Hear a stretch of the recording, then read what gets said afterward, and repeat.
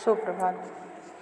Class 8 Hindi व्याकरण मंजरी पाठ 17 शब्द निर्माण समास। आज हम लोग शब्द निर्माण समास पढ़ेंगे।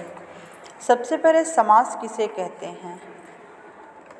तो समास का मतलब होता है संक्षिप्त,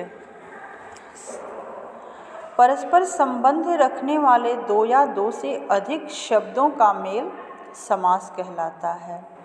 यानी कि दो शब्दों के मेल को समास कहते हैं। जब दो शब्द आपस में मिलते हैं तब समास होता है। समास का छोटी परिभाषा एकदम है कि शब्दों की संक्षेप विधि जो है और दो शब्दों का जो मेल है उसी को हम समास कहते हैं। समास के 6 भेद होते हैं। मुख्य रूप से वैसे 4 भेद होते हैं, जैसे तत्पुरुष समास, अव्ययी भाव समास, द्वंद्व समास और बहुव्रीहि समास। और तत्पुरुष समास के ही 2 और भेद बताए गए हैं, द्विगु समास और कर्मधारय समास। सबसे पहले तत्पुरुष समास। जिस समास में दूसरा पद प्रधान हो उसे तत्पुरुष समास कहते हैं। यानी कि तत्पुरुष समास में जो 2 शब्द से मिलकर समास बनता है उसमें दूसरा शब्द यानी कि उत्तर पद जो है वो प्रधान होगा।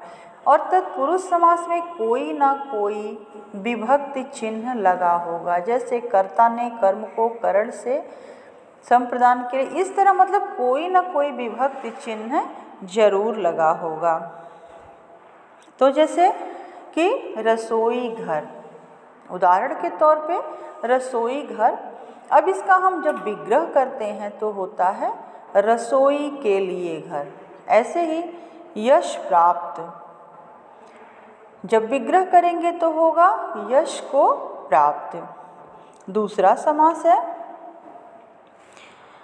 अब तत्पुरुष के ही 2 भेद और बताए गए हैं, एक द्विगु समास और दूसरा कर्मधारय समास। द्विगु समास, जिस समस्त पद का पूर्व पद संख्यावाची तथा उत्तर पद विशेषण हो उसे द्विगु समास कहते हैं, जैसे पंचवटी, चौराहा आदि। यानी कि द्विगु समास में जो पहला पद होगा वो संख्यावाचक होगा, जैसे 1 2 3 4 5 6 7 8 9 10, मतलब कोई ना कोई संख्या होगी, जैसे सप्तऋषि, अष्टभुजा। इस तरह मतलब पहला वर्ण शब्द जो होगा वो संख्यावाची होगा। कर्मधारय का दूसरा भेद जो है तत्पुरुष का कर्मधारय है। तो जिस समस्त पद का पूर्व पद विशेषण तथा उत्तर पद विशेष्य हो अथवा उपमान उपमेय का संबंध हो उसे हम कर्मधारय समास कहते हैं। फिर दूसरा भेद है अव्ययी भाव समास।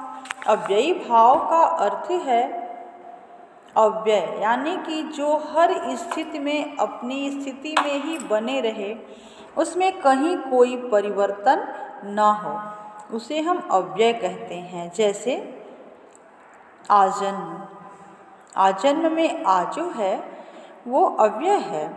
आजन्म का मतलब होता है जीवन भर। फिर है तीसरा द्वंद्व समास। जिस समास में दोनों पद प्रधान हो, यानी कि दोनों पद जो होते हैं वो इक्वल हो, ना तो किसी की वैल्यू ज़्यादा हो और ना तो किसी की वैल्यू कम हो। यानी कि दोनों जो शब्द मिलकर समास बना है वो दोनों शब्द बराबर की वैल्यू रखते हों, दोनों ही पद प्रधान हों, बराबर हों एकदम, उससे हम द्वंद्व समास कहते हैं। इसमें कोई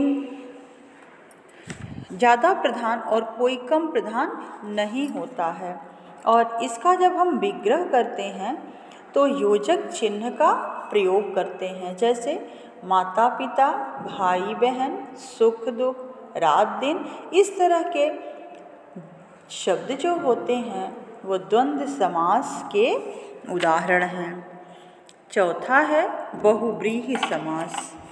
जिस समस्त पद में दोनों पद गौण हों तथा समस्त पद किसी तीसरे पद के बारे में बताए उसे बहुव्रीहि समास कहते हैं। कहने का मतलब ये है कि बहुव्रीहि समास में न तो पूर्व पद प्रधान होगा और न तो उत्तर पद प्रधान होता है, उसमें कोई अन्य पद आकर के प्रधान हो जाता है। जैसे दशानन। अब दशानन का जब हम विग्रह करते हैं तो होता है 10 हैं आनन जिसके, यानी कि 10 मुखों वाला, 10 मुखों वाला अर्थात रावण।